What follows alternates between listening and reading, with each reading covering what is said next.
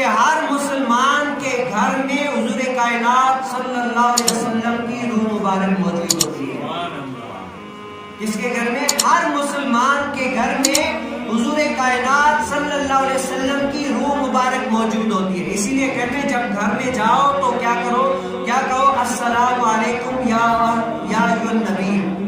کیا کرو؟ جب گھر میں کوئی نہیں ہو تو ایسے سلام کرو کہ ہر گھر میں حضور کائنات صلی اللہ علیہ وسلم کی روح مبارک موجود ہوتی ہے. تو کیا فرمایا کہ جب ہر مسلمان کے گھر میں حضور علیہ السلام کی روح مبارک ہے، تو آپ سوچیں اگر ہم شریعت کے کوئی کام خلاف کریں تو بتاؤ، جس گھر میں ہم بیٹھے ہوئے وہاں پر شریعت کے خلاف کام ہو، حضور علیہ السلام نے جو فرما دیا اس کے خلاف ہو، بتاؤ جو گھر میں حضور علیہ السلام کی روح مبارک ہے اس کو راحت ملے گی یا خوشی ملے گی یا تکلیف پہنچے گی؟